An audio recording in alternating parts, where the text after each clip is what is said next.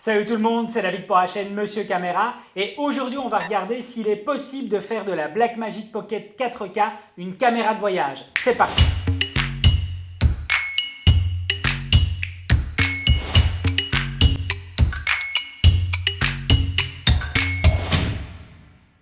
Alors c'est une vidéo que j'avais envie de vous faire pour la simple et bonne raison qu'il y a de ça 3 ou 4 semaines, je venais de recevoir de nouvelles batteries justement LP-E6 pour aller dans la Blackmagic Pocket 4K et je les ai reçues le jour même d'un tournage qui se passait en soirée.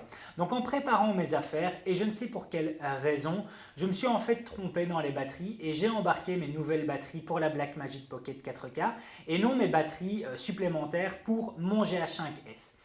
Par chance, j'embarque à chaque événement que je filme la Blackmagic avec. Comme ça, j'essaye de la mettre de plus en plus en action sur le terrain et d'en apprendre un peu plus sur elle. Donc, ce qui s'est passé, c'est qu'en milieu de tournage, durant le milieu de soirée, la batterie de mon GH5S est arrivée à épuisement et j'ai voulu changer celle-ci et je me suis aperçu en fait que j'avais plus du tout de batterie pour le GH5S. Ce qui fait que j'ai dû continuer tout le tournage de la soirée uniquement avec la Blackmagic, mais dans sa configuration telle qu'elle est ici. Donc juste le boîtier, les objectifs bien entendu, mais rien d'autre. Et heureusement que j'avais donc 4 batteries pour faire le restant du tournage, mais tout s'est super bien passé. Du coup, je me suis dit, mais pourquoi pas profiter de l'occasion de mon petit périple ici de 3 jours à Londres pour voir si c'est possible de faire de cette caméra une caméra de voyage. Pour l'occasion, à certains moments, j'ai mis la Insta-One 360X dessus. Comme ça, au moins, je pouvais vous montrer sur quel environnement, avec quel produit j'ai évolué, avec quel matos, comment j'ai configuré justement mon sac à dos pour tourner au quotidien lorsqu'on est en voyage avec cette petite bécane. Donc évidemment, des plans vont défiler durant cette vidéo où vous me verrez en action et comment j'ai utilisé tout ceci. Donc première chose, on va directement répondre à la question. Oui, tout à fait, c'est faisable d'utiliser la Blackmagic comme une caméra de voyage. Premier point à souligner, la batterie, on est d'accord, tout le monde est unanime là-dessus. Ça ne va pas très bien, on est entre 25 voire 30 minutes max. Mais ce qui est génial, c'est de savoir qu'en fait, entre une utilisation professionnelle avec une captation complète sur toute une soirée ou sur toute une journée, ou une utilisation privée lors d'un voyage, la consommation de la batterie est totalement différente. Mais ça n'a rien à voir. Là, on fonctionne par intermittence. On l'allume, on coupe au bout de 3 minutes, on la rallume un peu plus tard et ainsi de suite. Donc on consomme la batterie totalement différemment. J'avais prévu un setup qui était assez simple et assez bien pensé parce que je l'avais testé juste avant, qui consiste avec 4 batteries, une dans le boîtier, une dans le sac à dos et toujours dans le sac à dos, cette petite boîte dans laquelle en fait je sais directement mettre mes batteries LP-E6 et qui sert de chargeur. Et donc je relie en fait tout simplement via le câble ici à une batterie externe. Je vous remets le produit de toute façon dans la description, comme ça vous pouvez aller voir si vous en avez envie. Je remets tout simplement ça sur une batterie externe et ça recharge mes batteries. Vous voyez, par rapport à l'encombrement, ça tient très bien dans un sac à dos, ce qui fait qu'en milieu de journée, imaginons que j'avais déjà consommé 2 batteries, eh bien je pouvais directement les mettre dedans et relancer le chargement depuis mon sac à dos et donc faire un roulement sur toute la journée sans aucun problème. Et il s'avère qu'en fait, au grand maximum, sur une journée, j'ai utilisé 3 batteries. Donc c'est vraiment important de souligner qu'en fait, l'utilisation de cette batterie, la consommation de la batterie, est totalement différente en une utilisation professionnelle et une utilisation plutôt privée. Ça, c'est un peu tous les produits que vous voyez que j'ai vraiment utilisés autour de la Blackmagic Pocket 4K. Donc, premier point, donc je disais, batterie, consommation totalement différente. Ce qui est génial aussi, et ça c'est une information que je retire, un gros point positif, c'est le fait que comme on n'a pas de balance de blanc automatique, j'ai évolué donc du début du lever de soleil jusqu'au coucher de soleil avec un seul réglage de balance de blanc à 5600 degrés Kelvin et en fait c'est bien plus simple et bien plus logique d'évoluer dans cet environnement plutôt que de laisser la balance automatique. De un, ça retranscrit vraiment ce qu'on a en face de nous et on a quelque chose de beaucoup plus constant sur la durée. Donc on a une image qui est beaucoup plus constante. Donc ça, c'est quelque chose que je remettrai dans l'avenir lorsque je repartirai avec mon GH5 ou mon GH5S. En journée, je resterai tout simplement à 5600 degrés Kelvin, toujours en extérieur bien entendu. et rien d'autre. Au final, c'est un gros point positif que je retire de cette utilisation de la Blackmagic Pocket 4K, c'est de me faire évoluer justement une meilleure compréhension sur la balance des blancs. Autre chose, je pense que les personnes qui vont faire des tests à ce niveau-là auront la même opinion que moi et diront que d'un point de vue enregistrement audio, les deux petits micros qu'on retrouve ici devant la caméra font que cette Blackmagic Pocket 4K par rapport à ce format de boîtier reprend vraiment la meilleure captation audio. Honnêtement, de tous les boîtiers par rapport à ce format-là que j'ai pu tester, d'un point de vue enregistrement audio, c'est vraiment génial. C'est ce qu'il y a de mieux à l'heure actuelle. Je vous fais entendre un petit extrait d'un point de vue environnement audio, comme ça vous pouvez vous en rendre compte.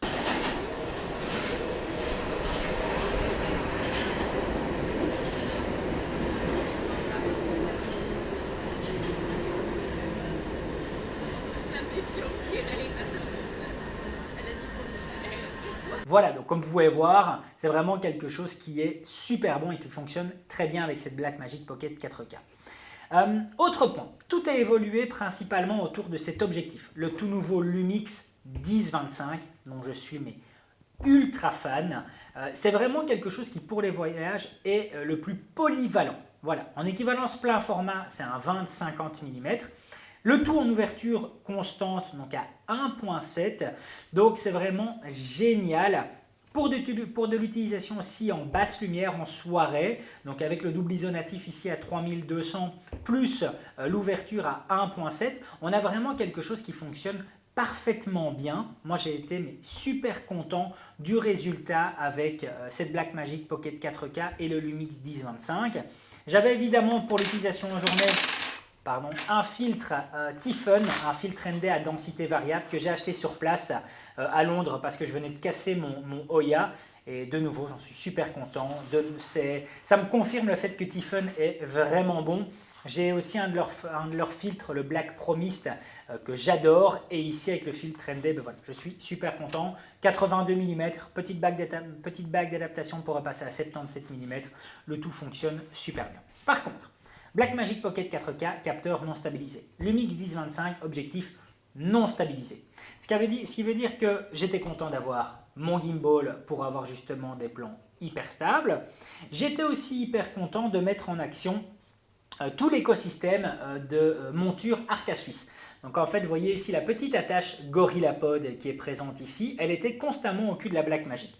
Ce qui me permettait tout simplement de déjà remettre à n'importe quel moment la Blackmagic sur un GorillaPod. Donc en fait, en voyage, et ça je le fais depuis très longtemps, j'évolue avec l'environnement qui m'entoure. Je vous fais défiler quelques vidéos, comme ça vous pouvez voir comment ça fonctionne.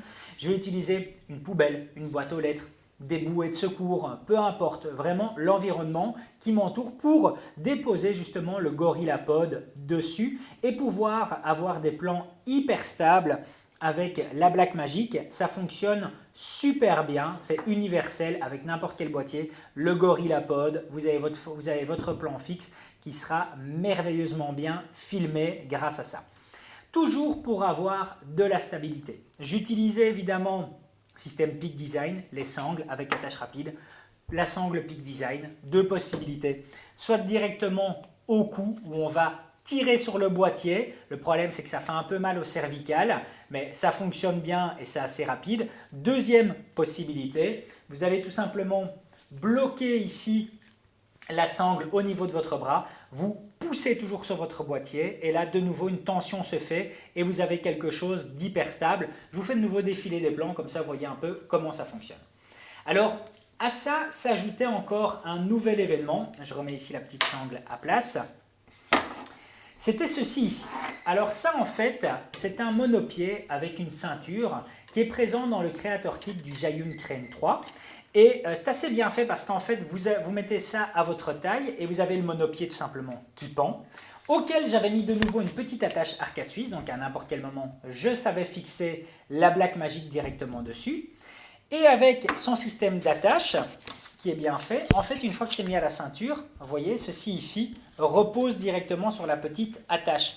Donc, vous voyez, si je le tiens, ça tient tout seul. Donc, ce qui fait que je relevais tout simplement le monopied, je tirais directement dessus. C'était toujours attaché à ma taille.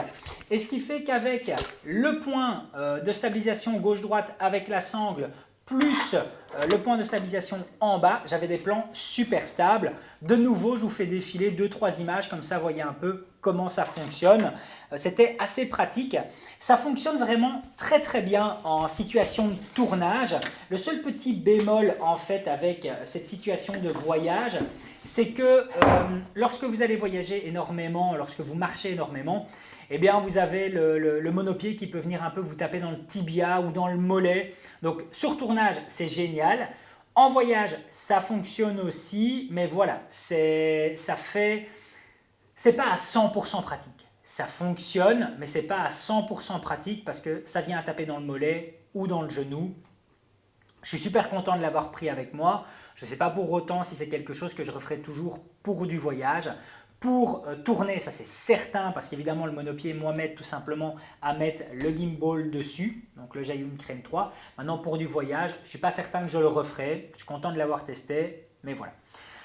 Autre outil super important à souligner, mais qui n'est pas, je ne sais pas vous le présenter physiquement parce que c'est à l'intérieur du boîtier, ça va être le luth de Matteo Bertoli que j'ai acheté il y a plus ou moins 2 semaines. Le prix pique un tout petit peu, c'est 39 $, mais ça en vaut vraiment la peine. Je vous fais défiler des vidéos avant, après, comme ça vous voyez un peu le résultat avec une petite touche d'étalonnage que j'ai fait par-dessus le luth. L'avantage de l'avoir directement d'intégrer dans la Blackmagic Pocket 4K, ça me permettait d'exposer magnifiquement bien mon image. J'avais un super bon retour visuel sur celle-ci. Donc c'est quasiment un outil indispensable en fait. Ce luth-là fonctionne bien mieux, à mon avis, pour moi, que les luths mis à disposition par Blackmagic. Donc je vous remets aussi son lien en description. Franchement, ça vaut vraiment la peine. Ce luth est juste brillant. Le tout fonctionnait en enregistrement en Blackmagic RAW, compression 5.1. Et alors j'ai enregistré celui-ci sur une carte SD, la SanDisk, la plus haute, la Extreme Pro, donc en 300 MB seconde sur 128 Go, ce qui me donnait plus ou moins un enregistrement de 31 minutes constante sur du 24 images secondes et entre 14 et 15 minutes sur du 60 images secondes, 4K Blackmagic RAW 5.1. Je dirais qu'à 98% ça fonctionne. Pourquoi 98 et pas 100%? Eh bien parce que ça m'est arrivé 2-3 fois d'appuyer sur l'enregistrement alors que je venais d'allumer la caméra et qu'il y a un drop frame et qu'il arrête l'enregistrement. Donc je devais bien vérifier, enfin je devais bien rester conscient à chaque fois que j'allumais la caméra et que je lançais le premier enregistrement pour voir qu'il n'y ait pas de drop frame parce que sinon j'enregistrais dans le vent. Donc voilà, j'espère pouvoir tester prochainement la gamme Angelbird pour voir si cela sera aussi présent avec la gamme Angelbird. L'avenir nous le dira un peu. Autre chose par rapport à la mise sous tension de la caméra.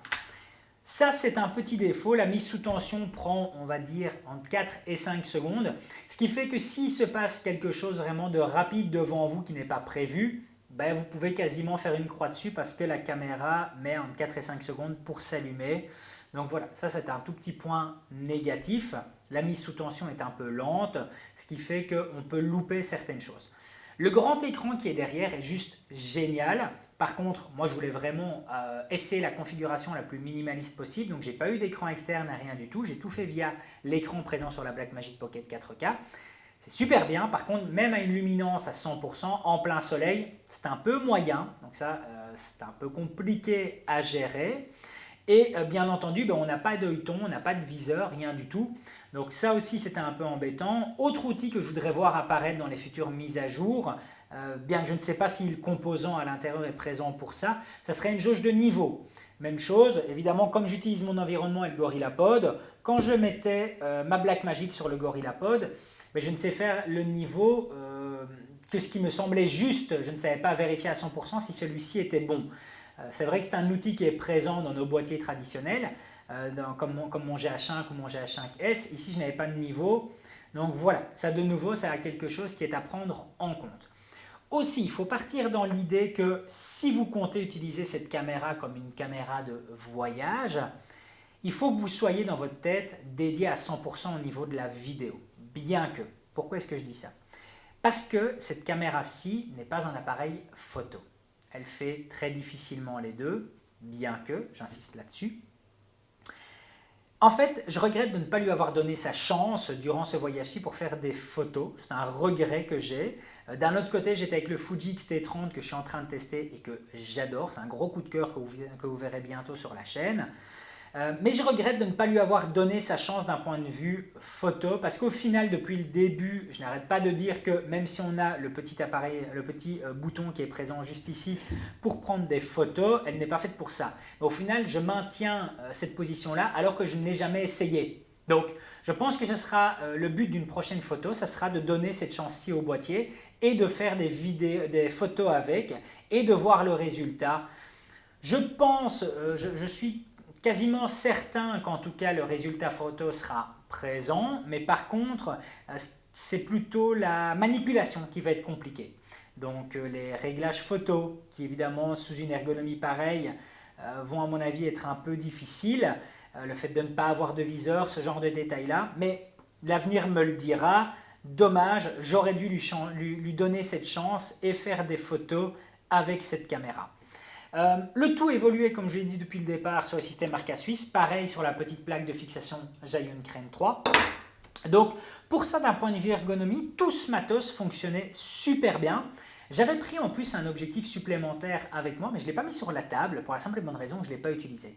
J'avais pris avec moi le Canon 85 mm avec un speed booster dessus et au final, je n'ai pas utilisé. Je suis vraiment constamment resté avec ce boîtier, avec le Lumix 1025, parce qu'en fait, il est parfait. Il y aura un test prochainement sur la chaîne dessus. Il est hyper polyvalent. Le fait d'avoir l'ouverture qui est réglable ici au niveau de la bague pour passer de 1.7 à f7 et à f16, pardon, et surtout cette bague n'est pas crantée, donc on a vraiment un réglage qui est hyper doux, hyper fluide.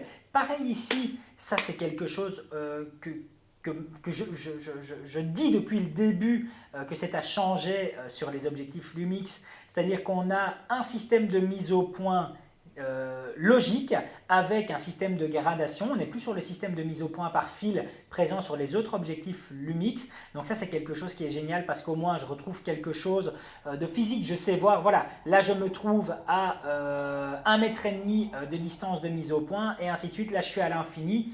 J'ai quelque chose de logique et quand je réouvre mon boîtier, quand je rallume la Blackmagic, je me retrouve à telle distance de mise au point. Donc cet objectif en fait a vraiment fait que j'ai vraiment apprécié cette Blackmagic d'un point de vue utilisation de caméra de voyage et que j'en retire une super bonne expérience. Donc mon conseil c'est que vous pouvez l'utiliser pour du privé, pour partir en vacances avec. Les 120 images par seconde en compression 5 points en Full HD sont magnifique. Évidemment, il y a un crop dans le capteur, donc d'où l'avantage d'utiliser un ultra grand angle comme celui-ci avec le 10-25. La gestion des batteries, donc la consommation des batteries est totalement différente que lorsqu'on va avoir une utilisation professionnelle avec. Donc de nouveau, autre gros point positif, c'est que avec le setup que j'avais ici, je pouvais tourner en boucle au niveau de la gestion des batteries en rechargeant et consommant. Et au final, je ne l'ai pas fait. Avec 3 batteries sur la journée, c'était suffisant. D'un point de vue encombrement et poids, j'avais quelque chose qui était ultra léger. Donc en fait, je ne retire que du positif de cette histoire. Je regrette de ne pas avoir fait de photos avec, mais de nouveau, ça sera présent dans une autre vidéo. Mais c'est vrai que de toute façon, si vous êtes 50% photo, 50% vidéo, c'est assez compliqué à manager, c'est assez compliqué à diriger parce que c'est vrai que la caméra est avant fait pour une utilisation vidéo. Donc voilà, c'est un peu l'ensemble de ce que je voulais vous raconter, vous donner mon retour d'expérience et surtout les outils que j'ai utilisés pour justement mettre à profit cette Blackmagic Pocket 4K. Donc oui, c'est tout à fait possible de l'utiliser autrement qu'avec un rig complet. Pareil, de nouveau, depuis le début que j'essaie de fournir du contenu sur la chaîne et sur YouTube en version française par rapport avec à la Blackmagic Pocket 4K, depuis le début, je dis que c'est une caméra qui doit être habillée. Un follow focus, un écran externe, une cage, un rig épaule complet. Donc vraiment de l'habiller complètement et au final je me rends compte, et de ça parce que je n'ai pas eu le choix lors d'un tournage où je me suis retrouvé sans batterie sur le GH5S, qu'elle est tout à fait utilisable même sur sa configuration la plus classique, la plus basique. Donc tout le monde se fout un peu de la caméra en disant oui, vous avez donné le nom Blackmagic Pocket cinéma 4K dessus. Donc caméra de poche, mais au final il faut vraiment l'habiller pour pouvoir l'utiliser. Eh bien non, au final, ils ne sont pas vraiment foutus de nous en disant ce nom-là, car elle est tout à fait utilisable dans cette combinaison-là.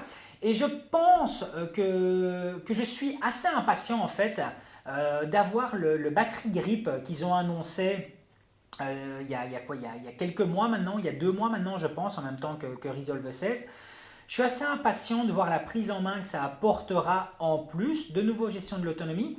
Donc voilà, de nouveau, je suis curieux par rapport à ça, par rapport à ce grip.